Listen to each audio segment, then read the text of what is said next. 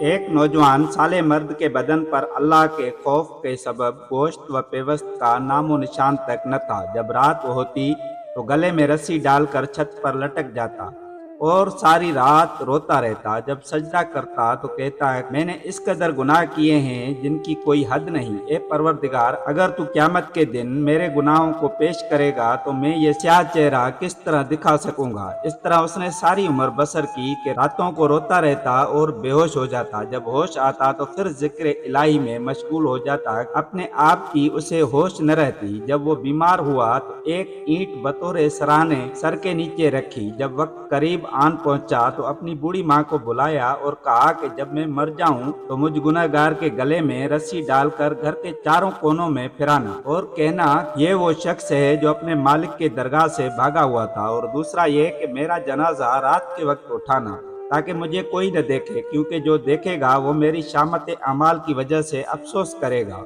تیسرا یہ کہ جب مجھے قبر میں رکھا جائے تو میرے پاس تھوڑی دیر رکنا، شاید فرشتے مجھے عذاب کرنے لگے تو تیرے قدموں اور تیرے سینے کی آہ و برکت کی وجہ سے مجھے اس عذاب سے چھٹکارا مل جائے۔ یہ وصیت کرتے ہی اس کا دم پرواز ہو گیا اور وہ حقیقی خدا کے ساتھ جا ملا۔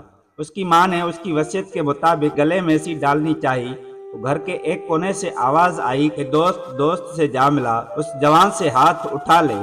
اللہ تعالیٰ کے دوستوں سے ایسا سلوک کون کرتا ہے؟ اس کے گلے میں رسی مت ڈالنا، کیونکہ یہ میرا ایک دوست ہے اور میں نے اسے بخش دیا۔ سبحان اللہ۔ اگر آپ کو ہماری ویڈیو پسند آئی ہو تو لائک سبسکرائب ضرور کریں اور اپنے دوستوں اور احبابوں کے ساتھ ضرور شیئر کریں۔